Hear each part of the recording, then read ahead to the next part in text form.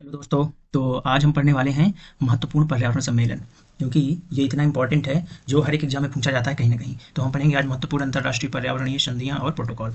तो क्या क्या हुआ था, तो हम फर्स्ट पढ़ते हैं मिनी माता सम्मेलन। मिनी माता सम्मेलन कब हुआ था, इसको स्वीकृत कब मिली 2013 में, और ये प्रभाव में आया 2017 में। उद्देश्य क्या था, मानव स्वास्थ्य और पर्यावरण को पारे के उत्सर्जन से बचाना। फिर दूसरा आया स्टॉकहोम सम्मेलन। स्टॉकहोम सम्मेलन कब आयोजित किया गया था, 1972 में, 1972 में किया गया था। और इसका उद्देश्य क्या था, मानव पर्यावरण पर पहला प्रमुख यूएन सम्मेलन, वैश्विक जागरूकता बढ़ाई और यूएनईपी की स्थापना की।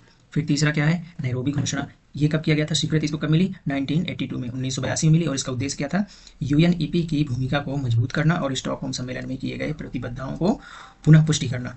फिर चौथा क्या है, वियना सम्मेलन। तो वियना सम्मेलन की स्वीकृति कब हुई, 1985 में, 1985 में। इसका उद्देश्य क्या था, मानव जनित रसायनों से ओजोन परत की सुरक्षा करना। फिर फिफ्थ क्या था,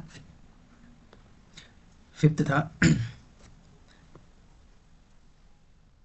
मॉन्ट्रियल प्रोटोकॉल। तो मॉन्ट्रियल प्रोटोकॉल का उद्देश्य क्या था, स्वीकृति इसको कब मिली, 1987 में। उद्देश्य, तो ये जो पूछा जाता है कि मॉन्ट्रियल प्रोटोकॉल में क्या हुआ था, तो ओजोन क्षयकारी पदार्थों के उत्पादन और खपत को चरणबद्ध तरीके से समाप्त करना। फिर किंगाली संशोधन 2016 में हुआ, नियंत्रित पदार्थों की सूची में हाइड्रोफ्लोरोकार्बन्स यानी कि HFCs को शामिल किया गया।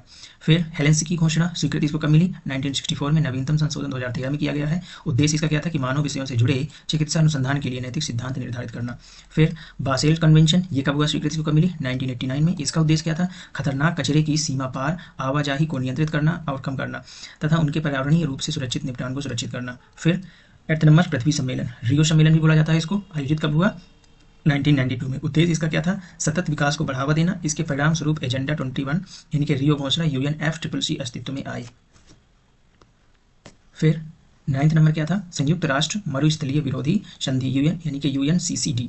फिर इसको स्वीकृति कब मिली, 1994 में। इसका उद्देश्य क्या था, विषय रूप से अफ्रीका में मरुस्थलीकरण और सूखे से लड़ना, सतत भूमि प्रबंधन सुनिश्चित करना।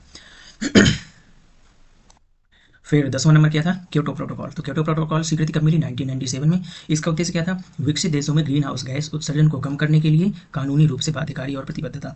फिर 11वां नंबर स्टॉकहोम समझौता, इसको स्वीकृति मिली 2001 में, ये प्रभाव में आया 2004 में। यानी कि स्टॉकहोम समझौता हुआ था, स्वीकृति इसको 2001 में मिल गई थी, लेकिन प्रभाव में 2004 में आया। उसका उद्देश्य क्या था, स्थायी जैविक प्रदूषकों के उत्पादन और उपयोग को समाप्त या प्रतिबंधित करना। यानी कि स्थायी जैविक प्रदूषकों के उत्पादन और उपयोग को समाप्त या प्रतिबंधित करना। फिर जोहान्सबर्ग घोषणा, ये सतत विकास हेतु विश्व सम्मेलन, यहाँ पे इसका थीम थी जब ये चालू किया गया था, आयोजित 2002 में किया गया था। इसका उद्देश्य क्या था, सतत विकास के प्रति प्रतिबद्धता की पुनः पुष्टि करना और एजेंडा 21 के कार्यान्वयन को सुदृढ़ करना।